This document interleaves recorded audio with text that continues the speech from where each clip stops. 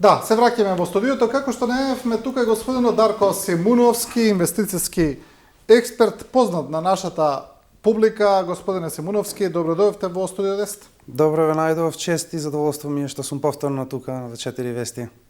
Кај вас е ново што сега почнавте и со еден инвестицијски фонд да работите во Македонија. Ќе разговараме повеќе за тоа, се разбира, ќе дојдеме и до тоа, но еве да почнеме генерално. Кога зборуваме за инвестирање, за инвестиции, сега зборуваме пред се разбира за граѓаните, за физичките лица, за таков тип на инвестирање. Она што многумина не го разбираат или се прашуваат, зошто воопшто да инвестираат? Бидејќи знаат луѓето кај нас има еден конзервативен начин на штедење, оди стави ги парите во банка, имаш некоја одредена камата и тоа е тоа, и се прашуваат зошто па би инвестирале. Ете да почнеме со тоа. Да. Одличен увод би рекол дефинитивно. Да, потребно е да се инвестира за да можеме да се носиме со тоа што самиот систем, онака како што е направен финансискиот систем, да можеме да се носиме со него. Затоа што финансискиот систем, сите сме запознаени дека има во одредени време, во одредени периоди постои инфлација, и другото што, пример, луѓето, 99% луѓето што не се во финанси, па и дури голем дел од тие во финанси, не го гледаат другиот дел, тоа е девалвација на фиат валутите.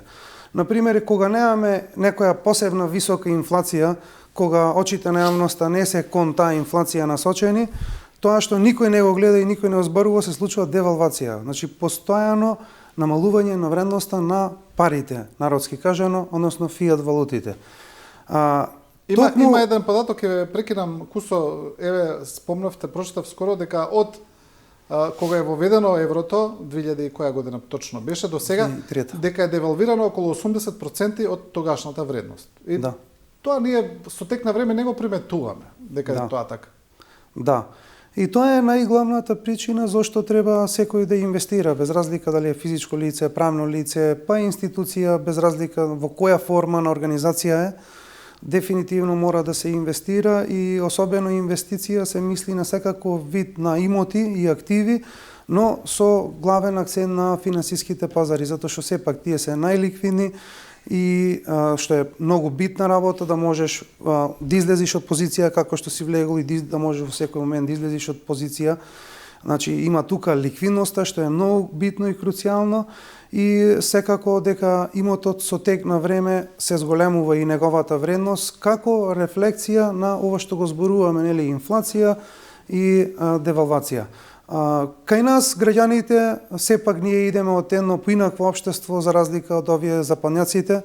Западњаците одамна имаат уредување на капитализам, за разлика кај нас до пред 30 на години живеевме во едно комунистичко општество, или некој што милува да го вика социјалистичко општество. Во едно такво општество наративот и идејата на секој еден човек е многу поразлична од овие што живеат во капиталистичко општество. Така да, поради тоа, како главен предуслов би го кажал, тука менталниот склоп е малку поинаков. Ние сме рекордери во држање депозити во банки. Дури и самите банки кажуваат дека препорачуваат дека треба да се инвестираат средствата, парите на сите граѓани и фирми и така натака, али на крајот на денот е битно да се разбере дека мора да се инвестира за да можеме ние да одржиме вредноста на имотот што го имаме, на парите што ги имаме. Со тек на време, за да можеме да се одржат тие во одредена вредност, мора да се инвестираат пред се во финансиски средства и после нормални во други видови на имоти и активи. Да, претпоставам дека најголема резерва или најголем страв на луѓето од инвестирање доаѓа поради ризикот од инвестирање. Ќе разговараме за тоа како посебна тема. Сакам уште една илустрација, еве, да дадам, например, што луѓето можеби не го разбираат или не го гледаат кога чуваат пари на долг период. Па дури и кога ги чуваат во банка за таа некоја камата од 2, 3, 4% максимум, не знам, во денари, да речеме, во евра е помало. Ако сте можеле вие за 100.000 евра, пред само 6 години, да купите стан од 100 квадрати, сега може да купите од 50 квадрати. Значи, вие сте ги чувале парите, само 6 години, зборуваме разлика. Сте ги чувале парите 6 години и сте изгубиле 50 квадрати во стан. Еве, ако споредуваме со недвижнини, да не споредуваме во злато или во било што друго. Јасно. Тук, исто така, тоа што го спомнате со недвижности, јас би го спомнал, особено кај луѓе, физички лица, имаме честа појава кај нас во Македонија, што има одредена, да речам, што се средна класа во Македонија, значи на луѓе, и претежно таа средна класа оди на нешто најбезбедно, оди на инвестирање во недвижности. И тоа, кога го гледаш со цената, како што го кажа сега овој пример, тоа одлично звучи. Инвестирате, пример, хипотетички да речеме денес, 100.000 евра во некое мало станче, што нели пред неколку години, според примерот, може да биде многу поголем стан, и сега го купуваме тоа. После неколку години факт е дека тој недвижен имот, цената ќе оди нагоре, особено на станови тука кај нас во Македонија, па и на Балканот. И сега тука, како тие луѓе, нормално што немаат финансиска едукација, ќе помислат, ќе речат, па види сега скок на вредноста на станот, на квадратот и така натака, и го гледаат како одлична инвестиција. Но меѓутоа, тоа што не можат да го разберат и да го видат, дека е финансирањето на финансиски пазари во акции, пример, или за некој што сака поризично да игра, пример, во криптото, далеко би носело поголеми приноси со тег на време, со тег на годините, него недвижен имот. Затоа што цената, скокот на цената во недвижностите, тоа што нас не изгледа дека е скок на цена, дека некој заработил, не заработил никој, нема скок на цена, туку тоа е рефлекција, огледало ефект на инфлацијата и девалвацијата, тоа што на почетокот од разговоров го зборувавме. Значи, тоа е само една рефлексија. Недвижностите, цените во недвижностите се рефлектирање на инфлација и девалвација. И затоа, пак ќе кажам, инвестирање во финансиски средства би било дефинитивно најдобра опција за нормално за подолг рок. Али сосема сте во право со таа забелешка, со таа што го спомнавте, апсолутно недвижностите одат нагоре, рушат рекорди и најверојатно може и тој тренд да продолжи. До кога не знаеме, ќе видиме, додека не покаже економијата посериозни пукнатини, би рекол. Кога тоа би се случило системски, тогаш веќе можеме и да очекуваме и пат на недвижностите. Но како што вие спомнувате, кога веќе правиме таква споредба меѓу инвестирање во недвижности и во акции, да речеме, па доколку пред 6-7 години сте купили акции на Nvidia, ќе сте имале 1000% отприлика на парите. Отприлика сега. Да. Добро, ајде да видиме кога зборуваме да се инвестира, зборуваме прво зошто. Ајде да видиме каде и кога. Кога зборуваме за финансиски пазари, кои се опциите, кои се можностите? Денешно време има многу опции за луѓето, за секој еден институција, фирма што иде, значи има голем пейсаж на можности за инвестирање и портфолиото и тоа што се инвестира треба да биде во соодност на профилот на инвеститорот и нивното знаење и познавање на финансиските пазари. Кога ќе видиме кој е профилот на инвеститорот и нивното знаење, тука од тоа зависи како ќе изгледа едно портфолио и како би јас да речем би кажал како можност за инвестирање како идеја, што би го споделил, секако не е финансиски совет. Ако е мој предлог, ако е за повозрасни луѓе што сакаат по-конзервативно да играат, некои што веќе стекнале одреден имот со тек на годините на работата и така натака, сигурно таков профил на човек, па или фирма, не би сакале да одат на поризично, ќе сакаат да одат на некои опции што се посигурни, значи да одат кај blue chip компании, евентуално компании што нудат дивиденди, па дури и обврзници за стабилност на нивни прилив на средства, односно добивка. За разлика, пример, што можам да дадам како предлог е за помладите, особено тие што се помлади од 40 години. Јас би им предложил повеќе да одат на акциите во технологија, во сектор технологија и секако криптовалутите начело со биткоин. Сметам дека тоа е една промена на играта што се случува сега на макроекономско ниво, затоа што имаме технологии што се прилично нови, но меѓутоа ќе го дефинираат лицето на светот. Тоа што го имаме, како што многу пати сум го зборувал и кај вас тука во емисија за блокчейн технологии, се што е поврзано со блокчейн технологии и сега во последниве, да речам, 4 години со скокот и бумот на вештачка интелигенција.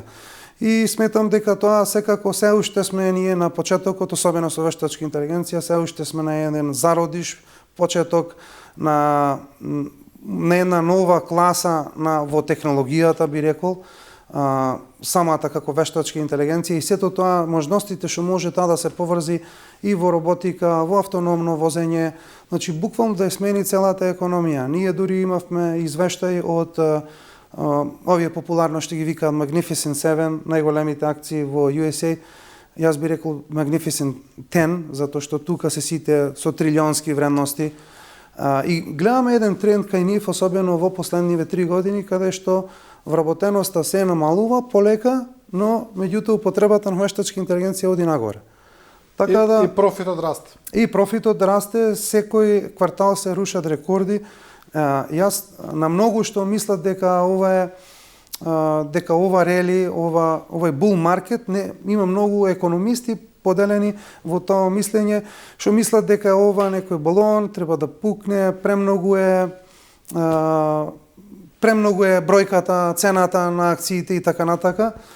Ако гледаме од перспектива на PE ratio, price per earning индекс, ако гледаме од тоа, да, ќе видиме дека се навистина премногу народски кажано надуени. Но меѓутоа, кога се огледуваме целокупно, целата макроекономска слика, ќе видиме дека нема такво нешто, затоа што, како што спомнавме, значи, заработувачките одат нагоре, се рушат нови рекорди во заработувачка и исто така употребата на вештачка интелигенција веќе лека по лека си го замава својот удар, да речам, на пазарната сила на трудот. Така да ќе има многу и веќе има одредени работи што многу лесно може да бидат заменети од алгоритам на вештачка интелигенција, што во денешна фаза сме во машинско учење. Тоа е малку сега технички али сепак мислам дека се уште тој тренд ќе продолжува и ќе се забрзува тој тренд. И тука ќе имаме една трансформација, макроекономска трансформација и ќе имаме едни вакви рекорди како што видовме Nvidia, прв пат фирма стигна 5 трилиони американски долари маркет капитализација, што пред пример 5-6 години беше незамисливо дека толку брзо ќе дојде, но меѓутоа еве се случува. Како што пред 2 години кај вас кога беше биткоин околу 16.000, зборувавме, јас кажав уште тогаш дека во наредните 2 години може да престигне, да премине преку 100.000 долари, па еве стигнавме до 126.000 долари. Така да тие работи не се случајни.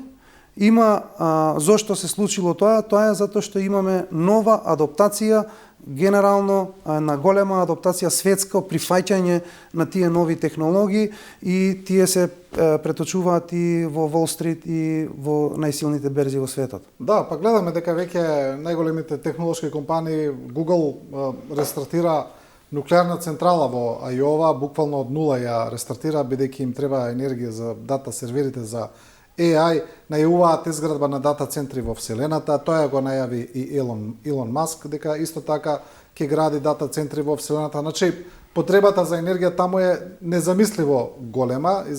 Гледаме дека таму ќе има, дека, како што вие велите, ова е само почетокот во тој сектор. Ајде да се вратиме уште еднаш на двата типа на инвестиции кои кажавте. Првиот дел за оние конзервативни инвеститори, а вториот дел за малку, ајде да речеме, похрабрите или оние кои очекуваат поголем принос. Ги спомнавте за првиот дел дека тука се дивидендни акции, постабилни компании, обврзници и така натаму. Еве за граѓаните, што е разликата, доколку ги стават едноставно парите во банка со некоја камата од, не знам, денарска до 4% се движи од прилика, девизна околу 2%, до ваков тип на конзервативно инвестирање. Која е разликата во приносот? Да, јас се уште сметам, секоја што сум го кажувал и многу пати јавно, дека било каква заштеда е недоходовна. Сметам дека треба да се пласираат средствата, парите што ги имаат, без разлика дали фирми и граѓани. Мислам дека не треба само така да стојат.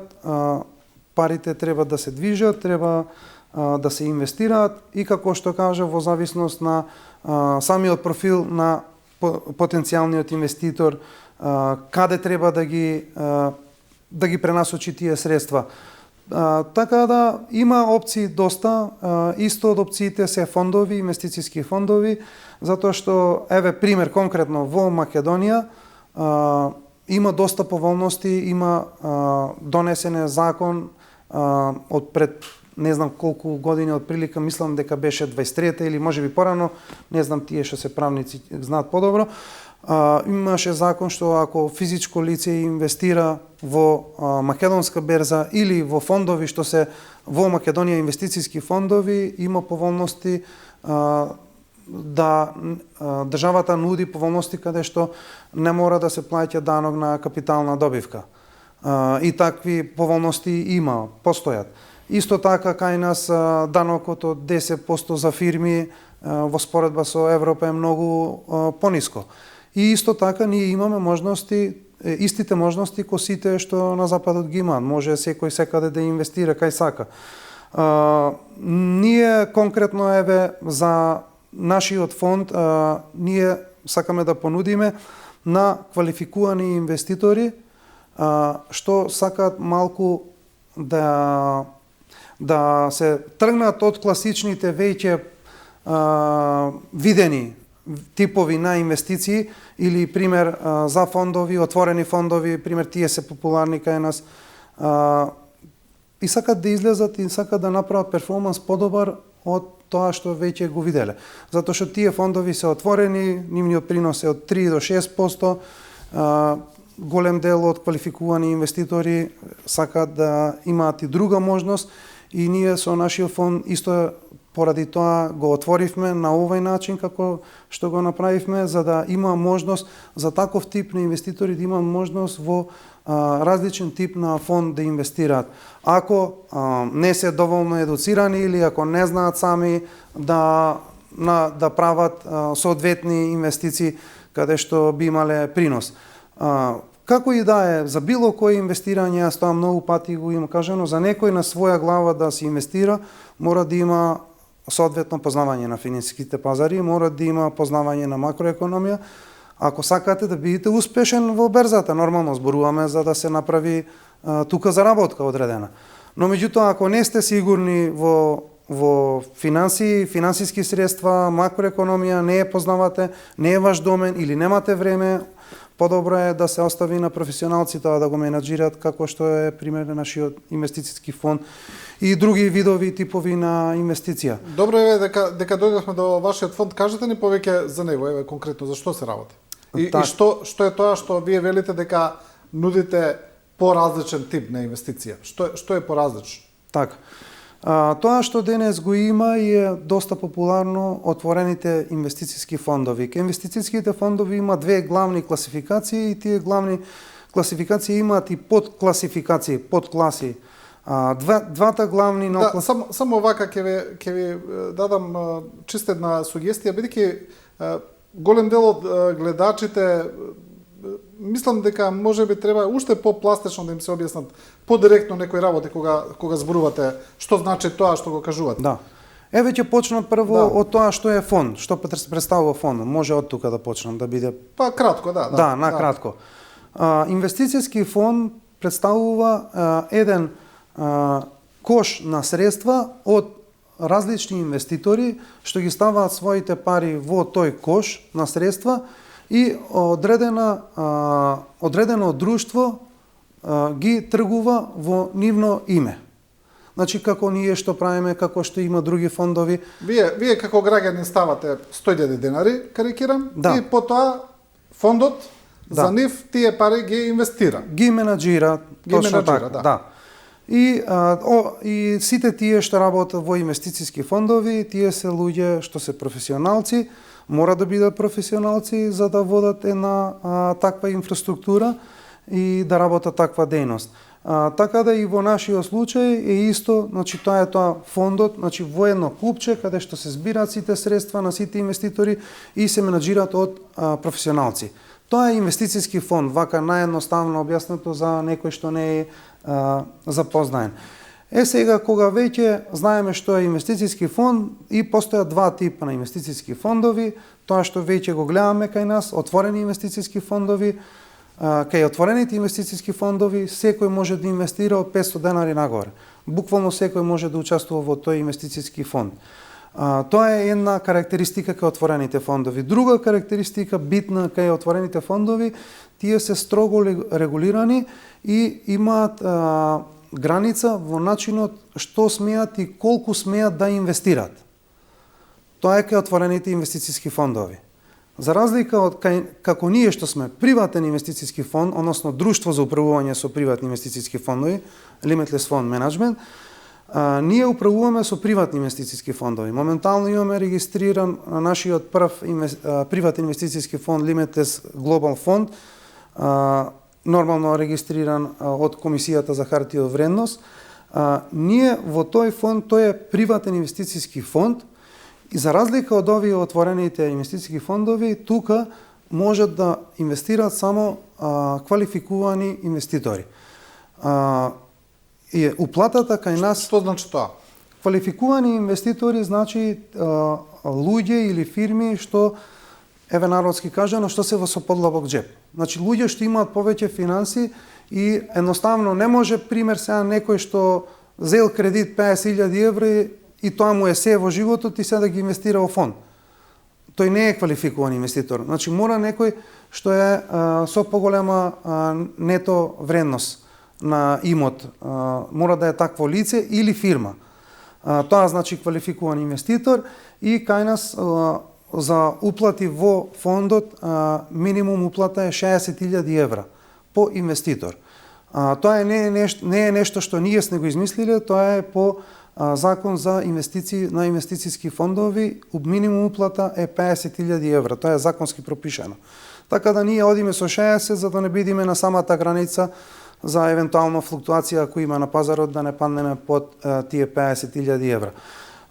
Така да таа е главната разлика, другата битна разлика е во менаџментот, тоа што спомнав пред малку, кај отворените фондови тие се доста рестриктирани како би инвестирале и во што би инвестирале и процентуално колку би инвестирале. За разлика ние како приватен инвестициски фонд, ние немаме лимит, немаме граница како и во што би инвестирале. И исто така што сакам да го прецизирам е дека ние сме прв единствен фонд од било каков тип што ние имаме и хартија од вредност во нашиот фонд и недвижности. И ние инвестираме и во хартија од вредност и во недвижности. И моментално во овој фонд вака како што е регистриран. Така да таа уникатна можност ние што ја нудиме е за ние да можеме да им дадеме добар принос на инвеститорите. Таа е нашата цел, да им дадеме добар принос, но меѓутоа и сигурен принос од текот на годините, затоа ги инволвираме тука типот на инвестиција во недвижности. Пример, еве сега сме во план за градење на стамбени објекти во Штип и ќе понудиме нешто што други не го понудиле како инвестиција. И што значи тоа? Ако некој инвестира во фондот кај нас, тоа значи дека ќе има удел и во тие хартии од вредност и ќе има удел во зградата што ќе се прави во иднина. Така да тоа е убавина. Комбинирана инвестиција. Да, комбинирана инвестиција и тоа го направивме со цел да имаме еден стабилен раст на фондот и стабилен приход во фондот. И затоа ја направивме оваа комбинација и да едноставно ние во начинот на работа, во се што правиме, ние ги кршиме бариерите, сакаме да излеземе малку од конвенционалноста, сакаме да излеземе и малку да размислуваме out of the box и да понудиме различни алтернативи за нашите граѓани и фирми тука во Македонија, па и за странци и за наши, особено што живеат странство, што се мачат со високи даноци, кога веќе можат да си инвестираат тука во Македонија и да си ги префрлат после на нивна сметка за многу помали даноци него што би ги имале пример во Италија или во Германија или во Франција. Така да поентата, главната поента беше да се понуди едно нова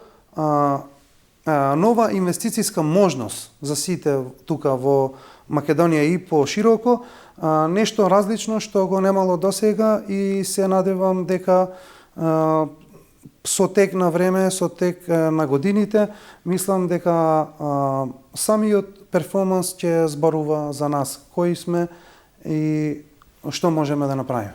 Симоновски, вака кога ве слушаат тебе, да речеме, и потенцијалните инвеститори, она што цело време се прашуваат за каков принос зборуваме, за кукав принос. Сега, вие бидејќи сте нов фонд, немате историски податоци кои би можеле да ги презентирате, но мислам дека од праксата, од прилика знаете за што се работи, за колку се работи, бидејќи го знаете движењето на пазарите во минатото. И сега, тоа е прашањето. За каков принос, за каков годишен принос зборуваме, од прилика се разбира, знам дека тука не е можно да се дадат децидни одговори.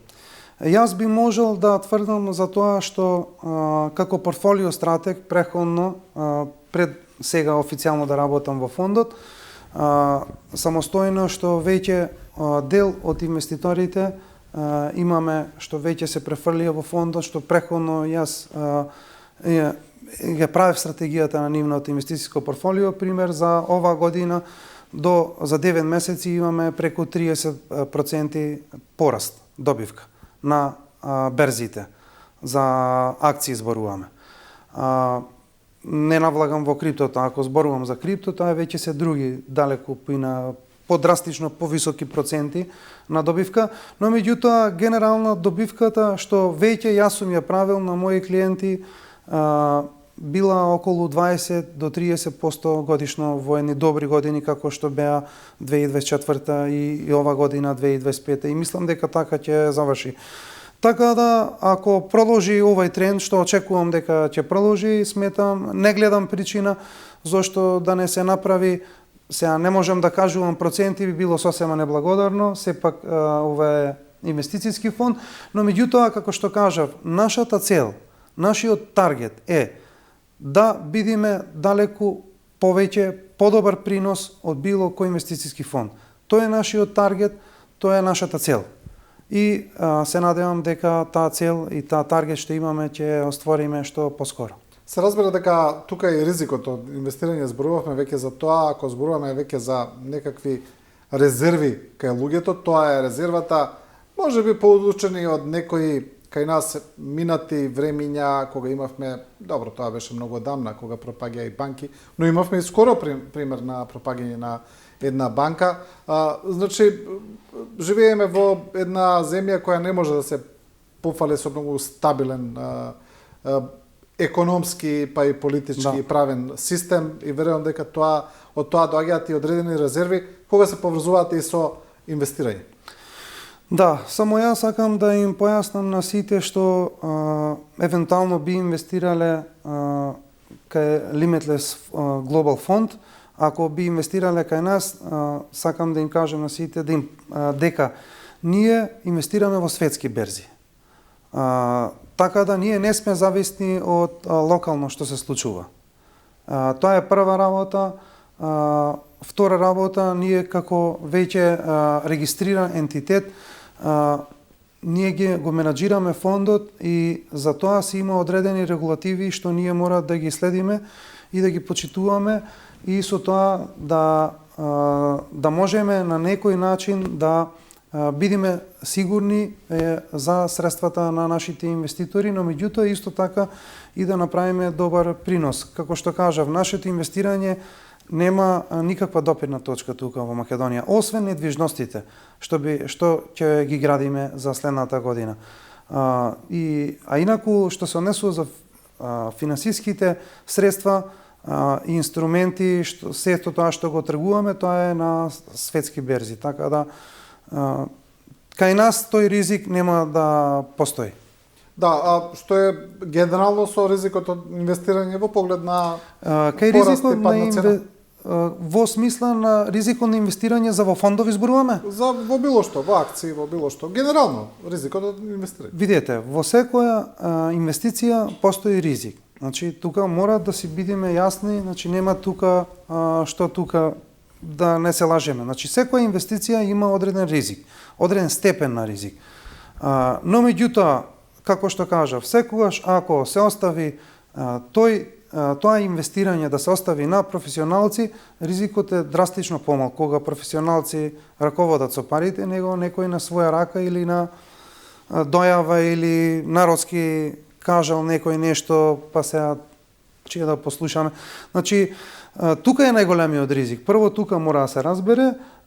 Втора, нормално, постои пазарен ризик, значи може да се случи пад на берзите, се случувало тоа и ќе се случува, не е тоа нешто што е непознато за било каков тип на берзи и на инвестиции, така да тие ризици секој еден кога инвестира си ги презема тие ризици, но меѓутоа секогаш јас ова многу пати сум го повторувал без разлика за кој тип на инвестиции станува збор.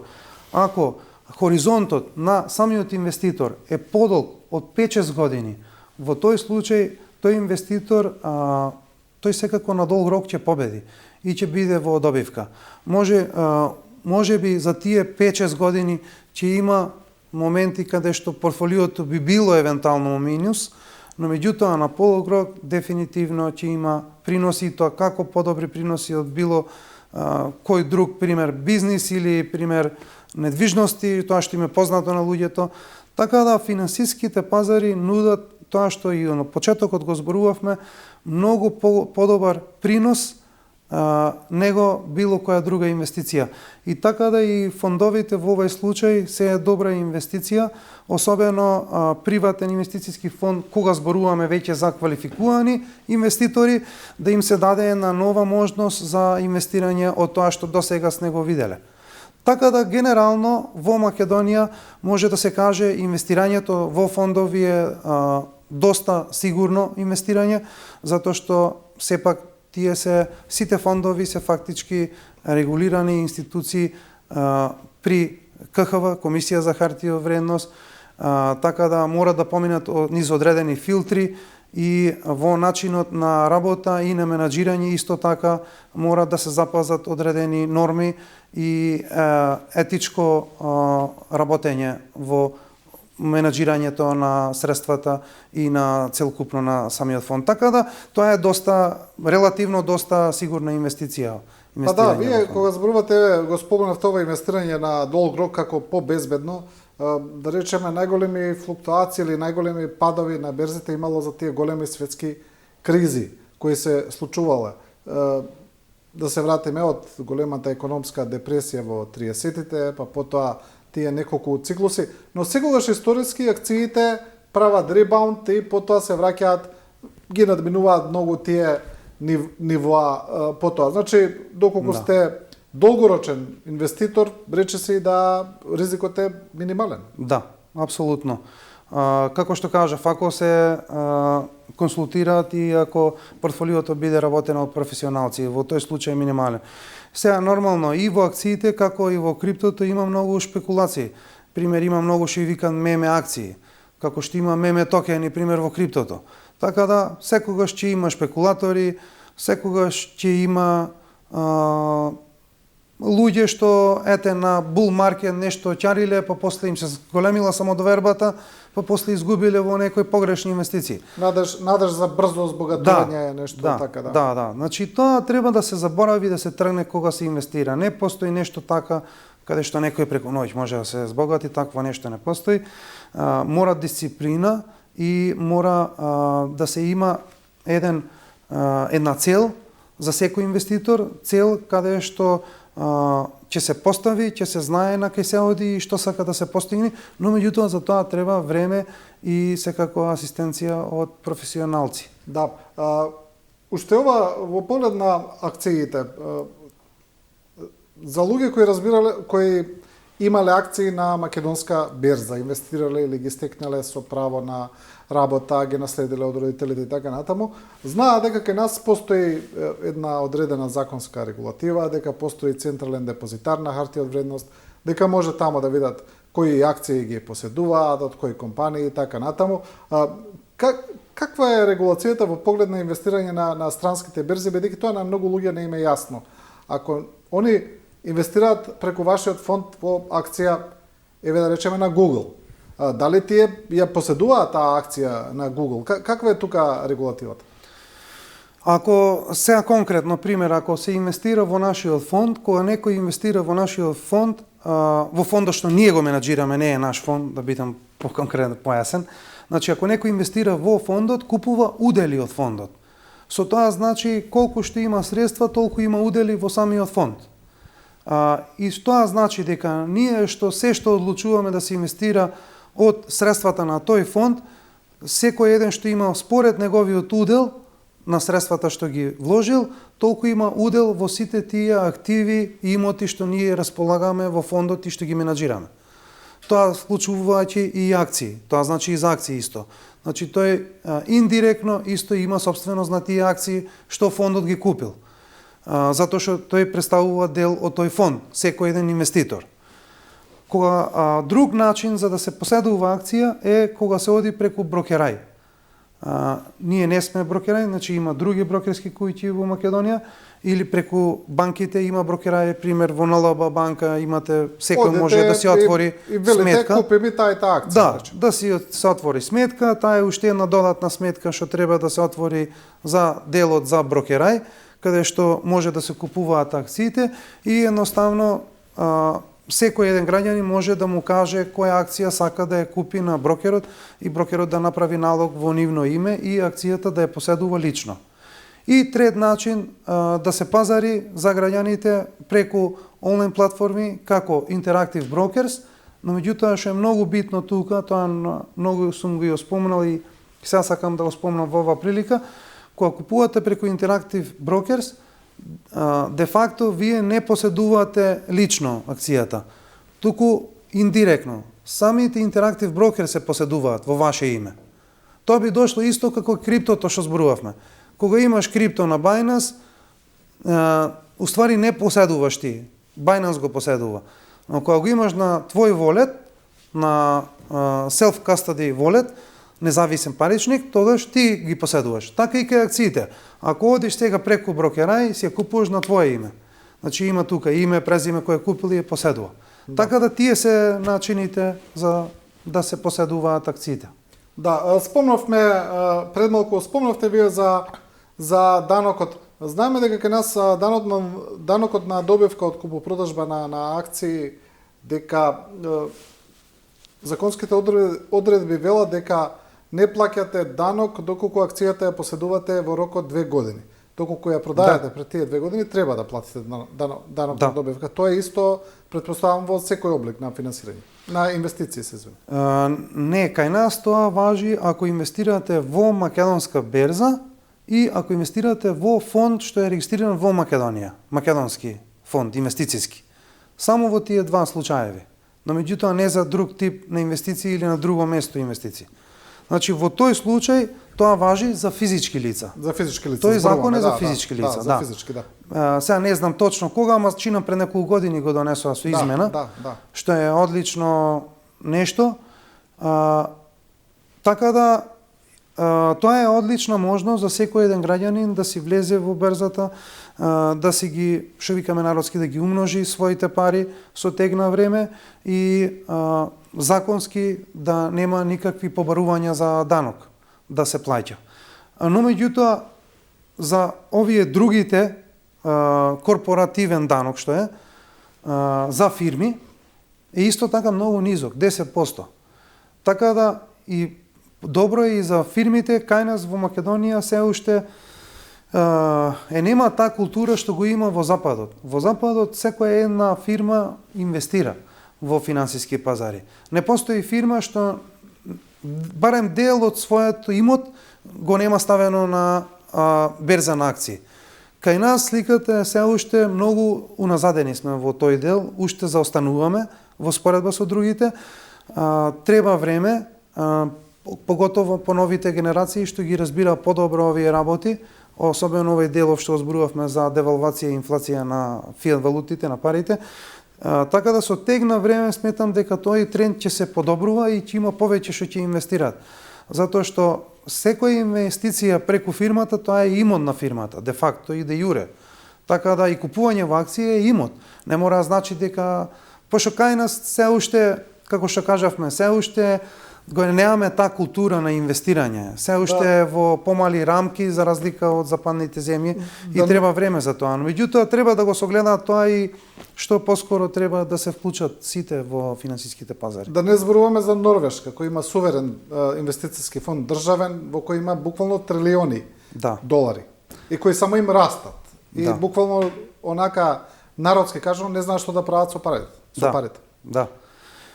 Јас имав и тоа е пример за тоа како држава инвестира. Да. Тоа е одлична работа што е прав Норвешка, Саудиска Арабија, УАЕ, има уште неколку држави, САД и така натака што веќе го прават.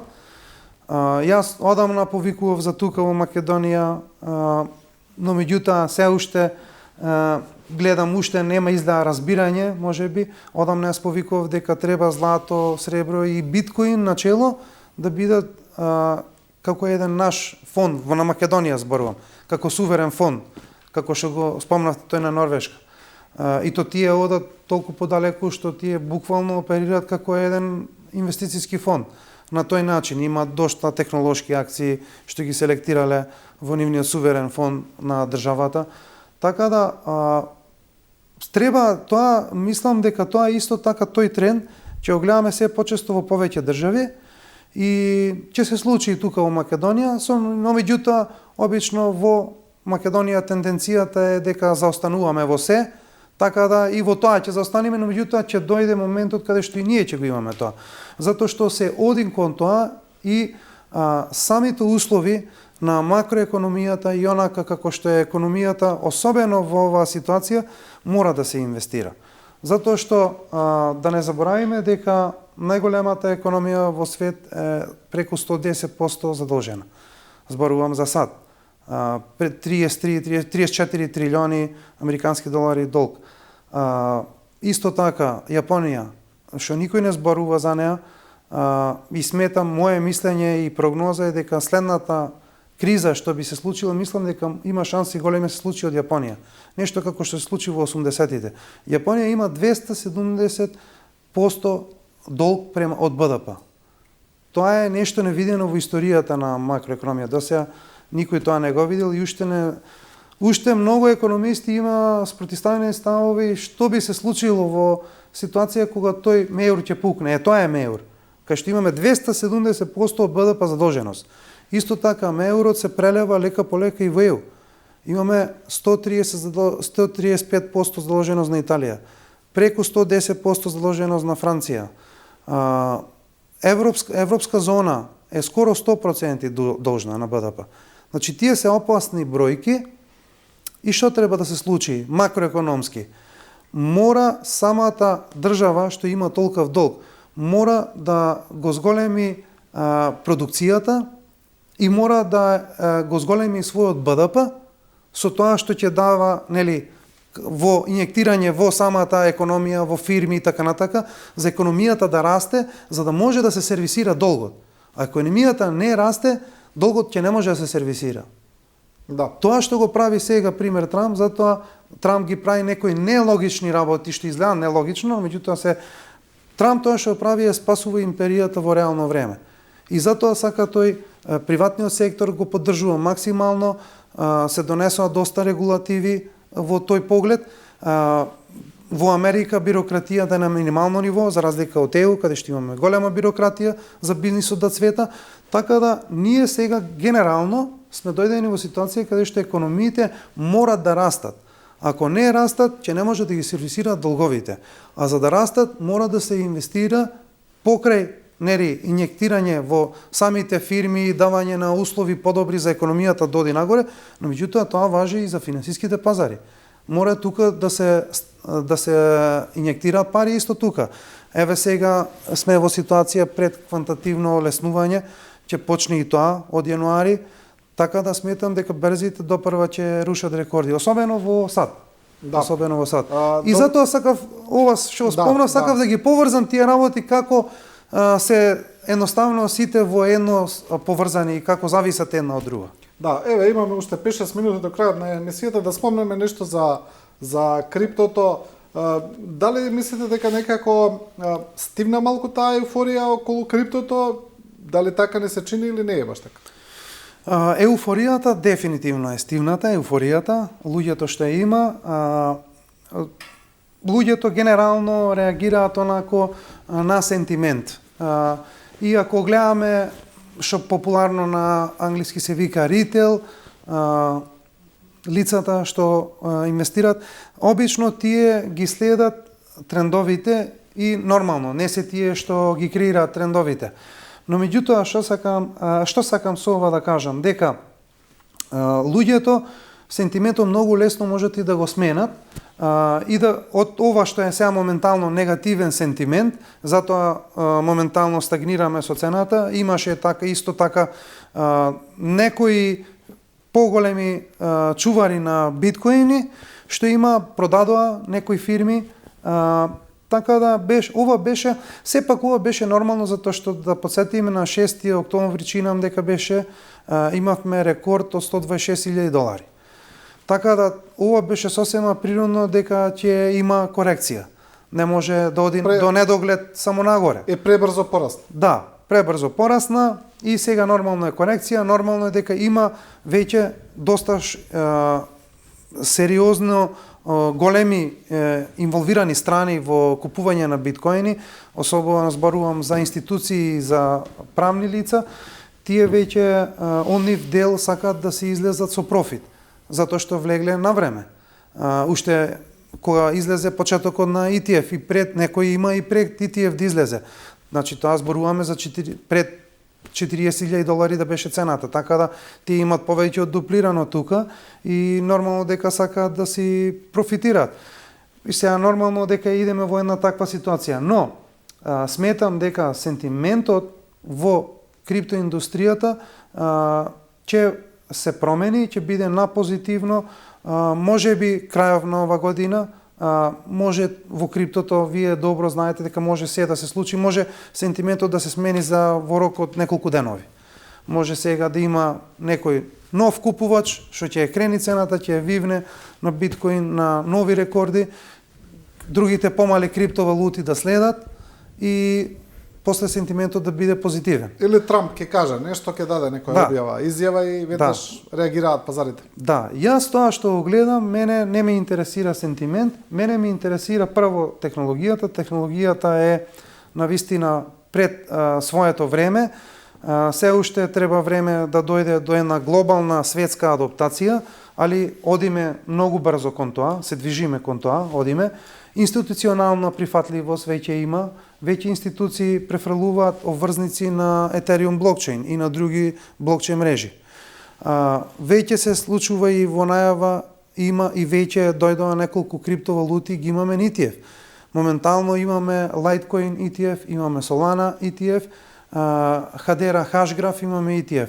И очекуваме, јас очекувам барем уште 5-6 различни криптовалути што ќе имаат свој ETF. Така да тука со тој дел веќе јас би рекол дека влагаме во каде што веќе од останатите криптовалути, за биткоин веќе да направиме муабет, тој биткоин е веќе реномирана финансиско средство и тоа е доста добар дел е држано од институции, така да сметам дека само небото е граница за биткоин, не гледам причина зошто би било поинаку, но меѓутоа овде кај што идеме ситуација каде што другите криптовалути што досега беа како подсмев, несигурни инвестиции и така натака, сега веќе ќе гледаме, ќе бидиме сведоци каде што идеме во ситуација каде што самите институции ќе влагаат во овие други криптовалути и со тоа има шанси големи да се отклучи супер циклусот на криптовалутите. Ако такво нешто се случи, ќе видиме навистина рекорди големи што никој не ни ги предпоставувал. Сега прашање на време, кога тој суперциклус би почнал? Што би значило тоа суперциклус? Суперциклусот е многу различно од ова што го знаеме 4 годишен циклус во криптото што е популарен и така натака, дека секој нов циклус носи нови рекорди. Но меѓутоа суперциклусот е нешто каде што веќе и институциите ќе бидат од една страна, не само физичките лица како досега што беа во криптосферата, во криптоиндустријата, тука имаме институции каде што веќе ќе има масовна адаптација и употреба на тие блокчейн мрежи.